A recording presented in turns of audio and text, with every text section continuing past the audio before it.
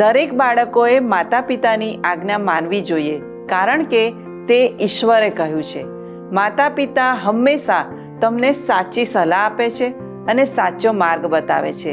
બાળકો, શું તમે તમારા માતા પિતાની આજ્ઞા માનો છો? આશાવાન નારીઓ, અમે આશાવાન નારીઓ, આશાવાન નારીઓ, અમે આશાવાન નારીઓ. વચન અમારું જીવન, પ્રાર્થના મારી ધડકન, કરવી છે સ્તુતિ હરદમ. આશાવાન નારીઓ, આશાવાન નારીઓ. નમસ્કાર દર્શક મિત્રો, બહેનો માટેના વિશેષ કાર્યક્રમ આશાવાન સ્ત્રીઓમાં હું આપ સર્વનો આવકાર કરું છું. આ કાર્યક્રમ મારફતે આપ સર્વને મળીને અમને બહુ આનંદ થાય છે. આપ અમારા આ પ્રસારણને નિયમિત રીતે નિહાળો છો તે અમારા માટે પણ બહુ ખુશીની વાત છે. તેથી જ આ કાર્યક્રમમાં અમે વિવિધ વિષયોની જાણકારી પૂરી પાડવાનો પ્રયત્ન કરીએ છીએ, જેથી આપ સર્વને નવી આશા, પ્રેરણા અને ઉત્તેજન પ્રાપ્ત થાય. છેલ્લા 2 સપ્તાહથી આપણે ઈસુએ આપેલા વિવિધ દ્રષ્ટાંતોને વાર્તાના રૂપમાં શીખી રહ્યા છીએ. પ્રથમ ભાગમાં આપણે બી વાવનારના દ્રષ્ટાંત વિશે અને ઈશ્વરના વચનના મહત્વ વિશે શીખ્યા. બીજા ભાગમાં આપણે ખોવાયેલા ઘેટા અને ખોવાયેલા સિક્કાના ઉદાહરણ પરથી શીખ્યા કે ઈશ્વરના માટે દરેક વ્યક્તિ મૂલ્યવાન છે. તે આપણને પાપમાંથી બચાવીને નવું જીવન આપવા માંગે છે. આજે પણ આપણે એક નવા દ્રષ્ટાંત વિશે શીખીશું. તેનું વર્ણન પણ લૂક 15:11-32 કરવામાં આવ્યું છે. તે તો ખોવાયેલા દીકરા વિશે છે. તેને વાર્તાના રૂપમાં આપણે શીખીશું. આ પણ ઈસુએ આપેલું એક ઉદાહરણ છે. એક માણસને 2 દીકરા હતા.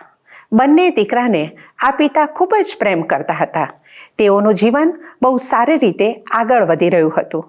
એક દિવસ નાના દીકરાએ પિતાની પાસે આવીને કહ્યું કે તમારી મિલકતમાં મારો જે ભાગ છે તે મને અત્યારે જ આપી દો. હવે હું ઘરમાં રહેવા માંગતો નથી. આ સાંભળીને પિતાને બહુ જ આઘાત લાગ્યો. તેમણે આ પુત્રને બહુ પ્રેમથી સમજાવ્યો કે આવું કરવું અને ઘર છોડીને ચાલ્યા જવું તે સારી બાબત નથી. પણ આ દીકરો તો તેની જીદને છોડવા અને પિતાની સલાહ માનવા તૈયાર નહોતો. પિતાએ બહુ જ પ્રયત્ન કર્યો, પણ આ દીકરાનું મન બદલાયું નહીં. આખરે પિતાએ તેને મિલકતમાંથી તેનો ભાગ આપી દીધો. આ દીકરાએ પોતાના પિતાના પ્રેમની કે લાગણીની કદર કરી નહીં. આજે કેટલા બધા જુવાન બાળકો એવા છે કે જેઓ માતા પિતાના પ્રેમને સમજી શકતા નથી. તેઓ પોતાની રીતે જીવન જીવવા માંગે છે. મા બાપની સલાહ સાંભળવી તેઓને ગમતી નથી.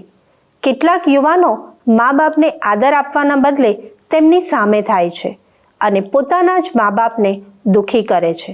પણ ઈશ્વરે તો આજ્ઞા આપી છે કે તારા બાપનું તથા તારી માનું સન્માન કર. જો તમે મા બાપને આદર આપતા નથી તો તમે ઈશ્વરની આજ્ઞાનો ભંગ કરો છો. તે યાદ રાખો. હવે પેલા દીકરાનું શું થયું તે આપણે સાંભળીએ. તે દીકરો પણ પોતાના પિતાના પ્રેમ કે લાગણીની પરવા કર્યા વગર પોતાનો હિસ્સો લઈને દૂર દેશમાં જતો રહ્યો. તેણે પોતાની પાસે જે વસ્તુઓ હતી તે પણ વેચી નાખી. તેમાંથી મળેલા પૈસા અને પિતા પાસેથી મળેલ પૈસા વડે તે મોજ મસ્તી કરવા લાગ્યો. તેણે વ્યસનો પાછળ, મિત્રોની પાછળ અને ખરાબ બાબતો પાછળ પોતાના પૈસા વેડફી નાખ્યા. તેની પાસે પૈસા હતા ત્યાં સુધી તેના મિત્રોએ પણ તેને સાથ આપ્યો. ધીમે ધીમે તે દીકરાએ બધા જ પૈસા મોજ શોખમાં ઉડાવી દીધા. એક દિવસ એવો આવ્યો કે તેના બધા પૈસા ખલાસ થઈ ગયા. તેના સ્વાર્થી મિત્રો પણ તેને છોડીને ચાલ્યા ગયા. તેની પાસે કશું જ રહ્યું નહીં. તેથી તેને ખાવાના પણ સાંસા પડવા લાગ્યા. તે જે દેશમાં હતો ત્યાં પણ દુકાળ પડ્યો. તે અનાથ અને નિરાધાર બની ગયો. કોઈ તેને કશું આપતું નહીં. તેથી તેને ભૂખે મરવાનો વારો આવ્યો. જોયું ને મિત્રો, પિતાની સલાહ નહીં માનવાને લીધે આ દીકરાની કેવી હાલત થઈ.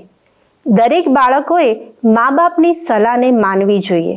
તેઓ તમારા શુભેચ્છકો છે, તેથી તમને કદી ખોટી સલાહ આપશે નહીં. આ દીકરાએ પિતાના પ્રેમની અને તેમની સલાહની અવગણના કરી, તેથી તે દુઃખી અને લાચાર બની ગયો. પોતાની મરજી પ્રમાણે વર્તવાનું પરિણામ તેણે પોતે ભોગવવું પડ્યું. બાળકો અને યુવાનો, આજે ઈશ્વર તમને પણ આ દીકરાના જીવન મારફતે ચેતવણી આપી રહ્યા છે. હવે આપણી વાર્તામાં આગળ વધીએ. પેલો ખોવાયેલો દીકરો ખાવાના સાંસા પડવાને લીધે વિચાર કરવા લાગ્યો કે હવે મારે કંઈક કામ શોધવું જ પડશે, તો જ મને 2 ટાઈમનું ખાવાનું મળી શકશે. થોડો વિચાર કરીને તે કામની શોધમાં નીકળી પડ્યો. એક પછી એક જગ્યા પર જઈને તેને કામ આપવા માટે તે આજીજી કરવા લાગ્યો, પણ કોઈ તેને કામ આપતું નહોતું. આખરે તે નિરાશ થઈ ગયો. દુઃખી મને અને હૃદયે તે આગળ ચાલવા લાગ્યો. ત્યાં તેની નજર ભૂંડોના એક મોટા ટોળા પર પડી. તેને થયું, આ ભૂંડોને સાચવવાનું કામ મળે તો પણ સારું. તેથી તે ભૂંડોના માલિક પાસે જઈને કામ માટે કરગરવા લાગ્યો. તેની હાલત જોઈને પેલા માલિકને તેના પર દયા આવી. તેથી તે છોકરાને તેમણે ભૂંડો ચરાવવાનું કામ સોંપ્યું. તે જ દિવસથી તેણે તે કામ શરૂ કરી દીધું. કેટલાય દિવસોથી તેણે ખાધું નહોતું, તેથી જે શીંગો પેલા ભૂંડો ખાતા હતા તે ખાઈને પોતાનું પેટ ભરવાનું તેને મન થઈ ગયું. અરે રે, એક સુખી કુટુંબના દીકરાની આ કેવી દુર્દશા થઈ. ભૂંડોનો ખોરાક ખાવાનું તેને મન થયું. વિચાર કરો કે તેને કેટલી બધી ભૂખ લાગી હશે. જો આ દીકરાએ તેના પિતાની વાત માની હોત તો તેની આવી કફોડી હાલત થઈ ના હોત. તે આરામથી તેના ઘરમાં સરસ ખોરાક પણ ખાતો હોત. ખોરાકની શોધમાં તેણે આમ તેમ ભટકવું પડત નહીં. સાચી વાત ને? વાલા જુવાન મિત્રો, આ સમયે હું તમને ફરીથી એક ચેતવણી આપવા માંગુ છું કે તમારા માતા પિતાની આજ્ઞાનું ઉલ્લંઘન કરશો નહીં. તેમાં જ તમારું હિત સમાયેલું છે. નીતિવચનો 23 અને 25માં બાઇબલ શીખવે છે, તારા બાપને તથા તારી માને ખુશ રાખ અને તારી જનેતાને હરખ પમાડ. હવે આપણી વાર્તામાં આગળ શું થયું છે તે જોઈએ. જ્યારે પેલા ઉડાવ દીકરાને ભૂંડોનો ખોરાક ખાઈને પોતાનું પેટ ભરવાની ઈચ્છા થઈ, ત્યારે અચાનક જ તેને પોતાના ઘરની અને પોતાના પિતાની યાદ આવી ગઈ. તેને યાદ આવ્યું કે મારા પિતાના ઘરમાં તો કેટલું બધું અનાજ અને ખોરાક છે. અમારા ઘરના નોકરો પણ પેટ ભરીને જમે છે. નોકરોને પણ કેટલું સારું ખાવાનું મારા પિતા પૂરું પાડે છે અને હું તો અહીં ભૂખે મરું છું. આ વિચાર સાથે જ તેને પોતાની ભૂલનું ભાન થયું. તેણે પોતાના પિતાની સાથે જે વ્યવહાર કર્યો તે બદલ તેને બહુ પસ્તાવો થયો. તેના વિચારો બદલાઈ ગયા અને તેના હૃદયનું પરિવર્તન થયું. તેણે નિર્ણય કર્યો કે હવે હું ઘરથી દૂર રહીશ નહીં. હું મારા ઘરે પાછો જઈશ અને મારા પિતા પાસે માફી માંગીશ. મને વિશ્વાસ છે કે મારા પિતા મને ચોક્કસ માફ કરશે, કારણ કે તે મને બહુ પ્રેમ કરે છે. વાલા મિત્રો, આ ખોવાયેલા દીકરાને પોતાની ભૂલનું ભાન થયું. તેણે પસ્તાવા સહિત પોતાના ઘરે પાછા ફરવાનો નિર્ણય કર્યો. શું તમે કોઈ ભૂલ કરો ત્યારે તે બદલ તમને પસ્તાવાની લાગણી થાય છે? શું તમે માતા પિતા કે અન્ય વ્યક્તિની પાસે જઈને તમારી ભૂલ કબૂલ કરીને માફી માંગવા તૈયાર રહો છો? આ દીકરાના હૃદયનું પરિવર્તન થયું, પણ હવે આપણે જોઈએ કે તેના પિતાએ તેને માફ કર્યું કે નહીં. તેના ઘરે ગયા પછી શું સ્થિતિ થઈ? પેલા દીકરાના પિતા દરરોજ પોતાના ઘરના આંગણામાં બેસીને પોતાનો દીકરો પાછો આવે તેની રાહ જોતા હતા. એક દિવસ અચાનક જ તેમણે દૂરથી કોઈને પોતાના ઘર તરફ આવતા જોયો. તેઓ ઓળખી ગયા કે આ તો મારો દીકરો જ છે. તે તો હરખથી ઊભા થઈને દીકરાને મળવા સામે દોડ્યા. પેલો દીકરો તો શરમ અને ગુનાની લાગણીને લીધે પિતાની સામે નજર પણ મેળવી શક્યો નહીં, પણ તેના પિતા તો તેની રાહ જોઈ રહ્યા હતા. તેથી તેનો દેખાવ સારો નહોતો, તેના કપડાં ફાટી ગયા હતા, તેમ છતાં પિતા દોડીને પોતાના દીકરાને ભેટી પડ્યા. દીકરાએ માથું નમાવીને પિતાની માફી માંગી અને તેને નોકર તરીકે રાખવા વિનંતી કરી, કારણ કે તે જાણતો હતો કે હવે તે દીકરો ગણાવા યોગ્ય રહ્યો નથી. તે પછી પિતાએ શું કર્યું તે જાણીએ તે પહેલાં અત્યારે એક ગીત સાંભળીશું અને તે પછી આપણી વાર્તામાં આગળ વધીશું. માટે અમારી સાથે જોડાયેલા રહેશો.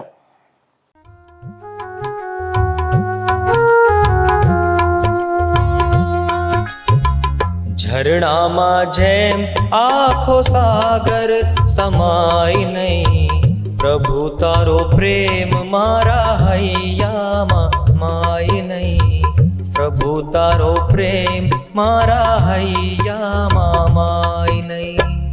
ઝરણામાં જેમ આખો સાગર સમાય નહીં, પ્રભુ તારો પ્રેમ મારા હૈયામાં માય નહીં, ઈસુ તારો પ્રેમ મારા હૈયામાં માય નહીં.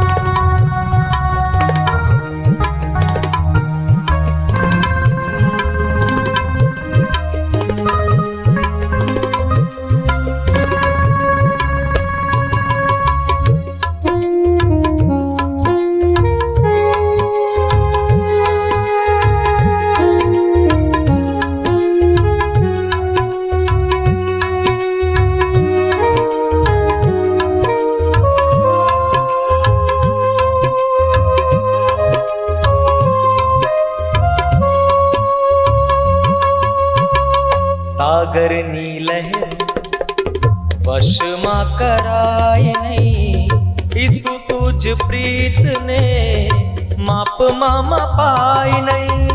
જીવન અમારું તુજ પ્રેમ સાટે અર્પું તો એ તો પૂરતું કહેવાય નહીં.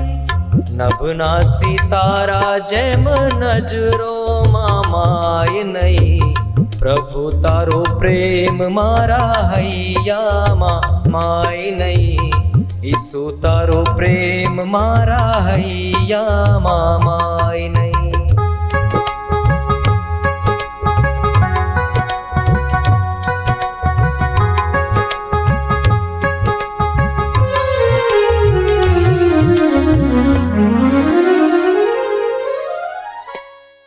વાલા દર્શક મિત્રો, ફરી એકવાર આશાવાન સ્ત્રીઓ કાર્યક્રમમાં આપ સર્વનું સ્વાગત છે.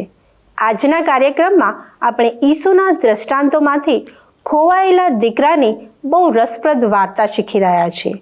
ખરેખર આ વાર્તા દરેક માતા પિતા અને બાળકોને માટે એક મોટો બોધપાઠ આપે છે. ખોવાયેલો દીકરો પસ્તાવા સાથે પોતાના ઘરે પાછો આવ્યો, સાચા હૃદયથી પિતાની પાસે માફી માંગી અને પિતાએ પણ પ્રેમથી તેનો સ્વીકાર કર્યો. તે પછી જે બન્યું તે આપણે જાણવું જ જોઈએ. પિતા દીકરાને પાછો આવેલો જોઈને ખુશ તો થયા, પરંતુ તેનો દેખાવ જોઈને તેમનું હૈયું ભરાઈ આવ્યું.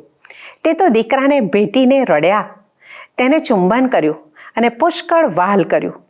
પોતાના નોકરોને તેમણે આજ્ઞા આપી કે આ મારા દીકરાને ગરમ પાણીથી સ્નાન કરાવો, તેને રંગીન ઝભ્ભો પહેરાવો, તેના હાથમાં સોનાની વીંટી પહેરાવો અને પગમાં નવા બૂટ પણ પહેરાવો. તે સાથે પિતાએ દીકરાના પાછા આવવાની ખુશીમાં મિજબાની આપી, સ્વાદિષ્ટ પકવાન બનાવ્યા અને પોતાના સગાઓને પણ આ મિજબાનીમાં આમંત્રણ આપ્યું. પોતાનો ખોવાયેલો દીકરો પાછો મળવાથી પિતાએ તો મોટી ઉજાણી કરી. મિત્રો, આ છે પિતાનો પ્રેમ. આ દીકરો તો એક નોકર બનવાની આશાથી ઘરે પાછો આવ્યો હતો, પણ તેના પિતાએ તો તેને રાજકુમાર બનાવી દીધો.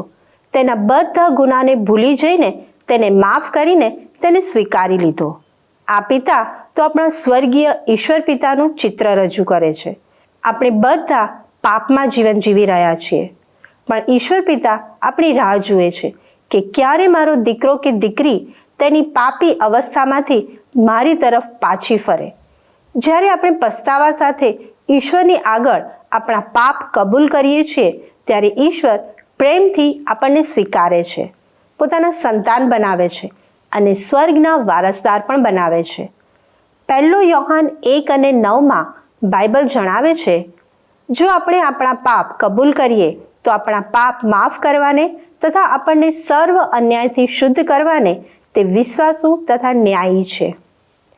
મિત્રો, પેલા દીકરાએ તેની બધી સંપત્તિ મોજ શોખમાં અને ખોટી બાબતોમાં ઉડાવી દીધી, તેથી તેને ઉડાવ દીકરા તરીકે પણ ઓળખવામાં આવે છે. તેના પિતાએ તો તેને માફ કરી દીધું, પણ તેનો મોટો ભાઈ તે સ્વીકારી શક્યો નહીં. તેણે પોતાની જાતની સરખામણી તેની સાથે કરી. પિતાએ આ ઉડાવ દીકરા માટે જે કંઈ કર્યું તેથી આ મોટો દીકરો નાખુશ થયો, કારણ કે તે તેના પિતા પ્રત્યેની ફરજો બરાબર રીતે નિભાવતો હતો. પણ પિતાએ તેને સમજાવ્યો અને કહ્યું કે બેટા, તું હંમેશા મારી સાથે છે અને મારું જે કંઈ છે તે તારું જ છે.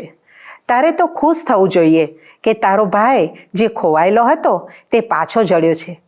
તે પછી પિતાએ પણ પોતાની ખુશી વ્યક્ત કરતાં કહ્યું કે મારી સાથે બધા આનંદ કરો, કેમ કે આ મારો દીકરો માર્ગ ભૂલ્યો હતો પણ તે પાછો આવ્યો છે, ખોવાયો હતો પણ પાછો જળ્યો છે, મરણ પામ્યો હતો પણ સજીવન થયો છે. આમ દીકરાના પાછા આવવાથી ઘરમાં આનંદ વ્યાપી ગયો. આ વાર્તાનો અંત કેવો સુખદ આવ્યો. આ વાર્તામાં મુખ્ય પાત્ર પિતા તો ઈશ્વર પિતાનું પ્રતીક છે. ખોવાયેલો દીકરો તે આપણું પ્રતીક છે.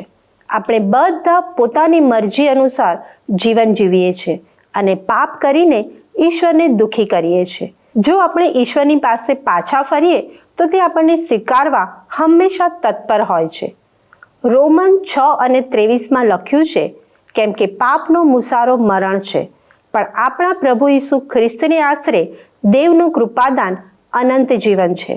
જેમ ખોવાયેલા દીકરાને પિતાના પ્રેમને લીધે નવું જીવન મળ્યું, તેમ ઈસુના બલિદાનને લીધે આપણને પણ પાપની શિક્ષામાંથી છુટકારો મળ્યો છે અને સાર્વકાલિક જીવનની ભેટ મળી છે. વહાલા મિત્રો, શું તમે આ ભેટ પ્રાપ્ત કરવા માંગો છો? તો ખોવાયેલા દીકરાની જેમ પસ્તાવા સાથે ઈશ્વરની પાસે આવો અને તમારા પાપોની કબૂલાત કરીને માફી માંગો. આવો પ્રાર્થના કરીએ. પ્રેમાળ અને પવિત્ર ઈશ્વર પિતા, તમે અમને પ્રેમ કરો છો અને અમારો નાશ થાય એવી તમારી ઈચ્છા નથી. અમને અનંત જીવન મળે તે માટે અમારા પાપોની શિક્ષા ભોગવવા તમે ઈસુ ખ્રિસ્તને મોકલી આપ્યા, તે માટે તમારો આભાર માનીએ છીએ. અમારા જે દર્શક મિત્રો આજે પસ્તાવા સહિત તમારી પાસે આવ્યા છે તેઓનો તમે અંગીકાર કરો. અમારા સર્વ પાપોની માફી આપો અને સાર્વકાલિક જીવનમાં અમને દોરી જાઓ. ઈસુના નામમાં માંગુ છું. આમેન. પ્રેમથી શું બોલાવે, જલ્દી આવો. પ્રેમથી શું બોલાવે, જલ્દી આવો. પામો મુક્તિ ખરી, આનંદથી ભરપૂર થાઓ.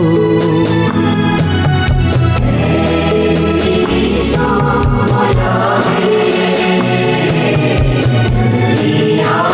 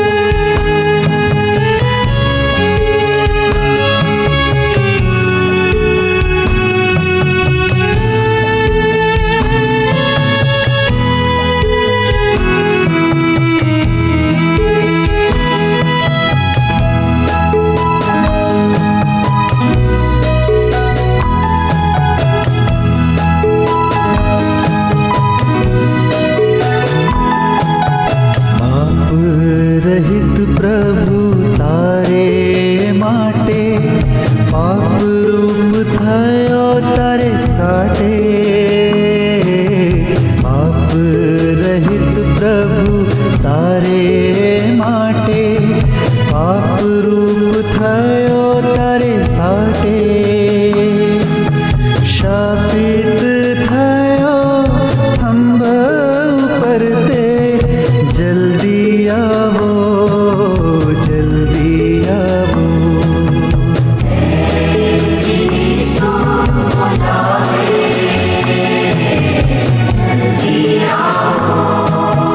प्रेमથી શું બોલાવે જલ્દી આવો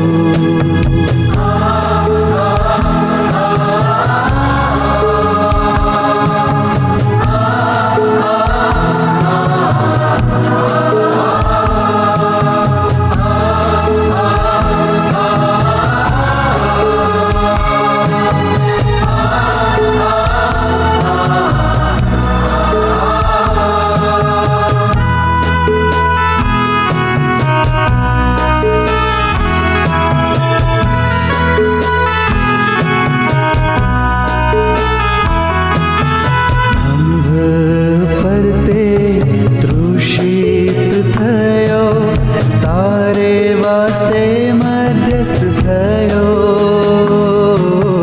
સંઘ પરતે તૃષિત થયો તારે વાસ્તે મધ્યસ્થ થયો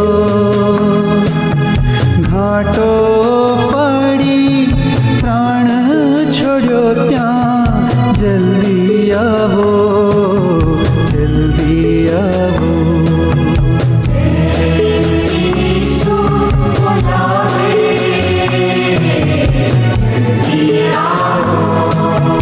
પ્રેમથી શું બોલાવે જલ્દી આવો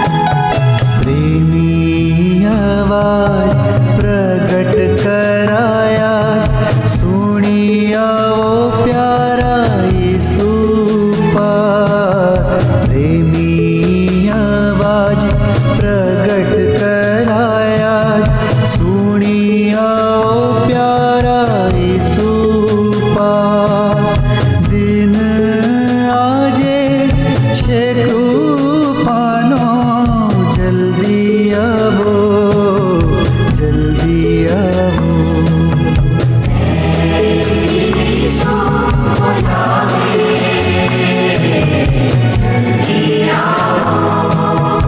પ્રેમથી શું બોલાવે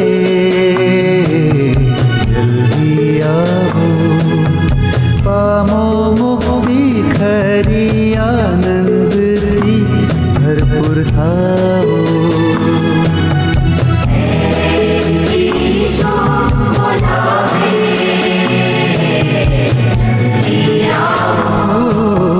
પ્રેમથી શું બોલાવે જલ્દી આવો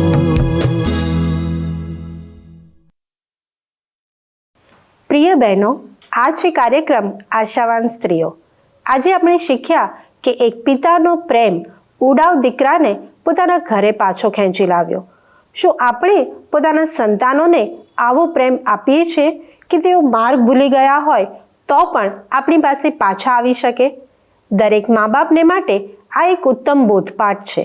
તમારા બાળકોને પ્રેમ કરો, તેઓને સારા સંસ્કાર આપો, તમારા બાળકો સાથે ઈશ્વર સંબંધી વાર્તાલાપ કરો, ઈશ્વરની આજ્ઞાઓ તમારા બાળકોને શીખવો, તમે પોતે પણ તે માટે નમૂનો પૂરો પાડનાર બનો.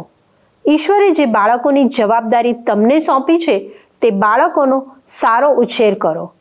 નીતિવચનો 22 અને 6માં બાઇબલ બહુ સ્પષ્ટ રીતે શીખવે છે. બાળકે જે માર્ગમાં ચાલવું જોઈએ તેમાં ચાલવાનું તેને શિક્ષણ આપ, એટલે તે વૃદ્ધ થશે ત્યારે તેમાંથી તે ખસશે નહીં. અહીં બાઇબલ કેટલી સુંદર સલાહ મા બાપને માટે આપે છે. ગુજરાતીમાં એક કહેવત છે, બાપ જેવા બેટા.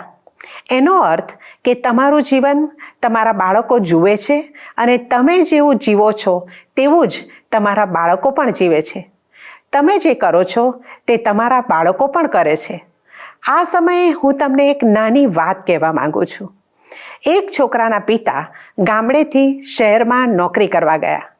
પિતા જ્યારે ઘરે આવે ત્યારે પેલો છોકરો વારંવાર શહેર જોવા જવાની જીદ કરતો. તેથી એક દિવસ તેના પિતા તેને પોતાની સાથે શહેરમાં લઈ ગયા. પોતાની ઓફિસ બતાવીને તેને હોટલમાં જમવા લઈ ગયા. વેઇટરે આવીને તે છોકરાને પૂછ્યું, બોલ, તારે શું પીવું છે, શરબત કે જ્યુસ? તે છોકરાએ જવાબ આપ્યો, મારા પપ્પા જે મંગાવે તે હું પીશ. આ સાંભળીને તેના પિતા મૂંઝાઈ ગયા, કારણ કે તે તો ત્યાં બેસીને દારૂ પીતા હતા. છેવટે તેમણે બંને માટે જ્યુસ મંગાવ્યું, સરસ ભોજન લીધું અને પછી પોતાના ઘરે ગયા. પણ તે રાત્રે તે પિતાને ઊંઘ આવી નહીં. પોતાની આદત બદલ તેમને દુઃખ થયું. તેમણે પસ્તાવો કર્યો અને દારૂ નહીં પીવાનો નિર્ણય પણ કર્યો. અહીં એક નાના છોકરાને લીધે તેના પિતાના જીવનમાં પરિવર્તન આવ્યું. તેથી તમારા જીવન વિશે સાવચેત રહો અને બાળકોને સારો વારસો આપો. આ એક ઉત્તમ વિચાર સાથે અમે આપની વિદાય લઈએ છીએ. આજનો કાર્યક્રમ કેવો લાગ્યો તે અમને જરૂરથી જણાવશો. જો આપ આ વિષયમાં વધારે જાણવા માંગો છો તો આ સરનામા ઉપર અમારો સંપર્ક કરી શકો છો.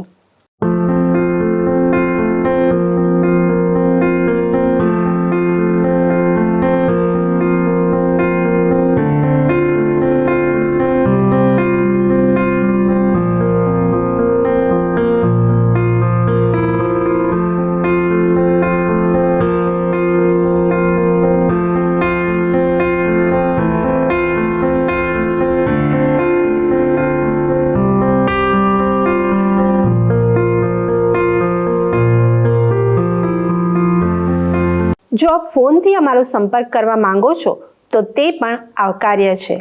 તે માટે અમારો ફોન નંબર છે 99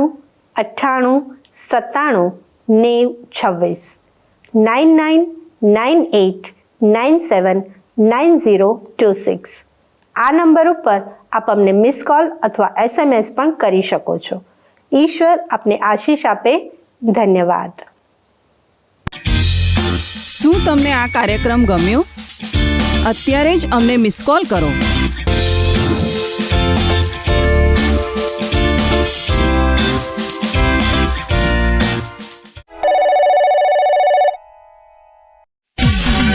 આશાવાન નારીઓ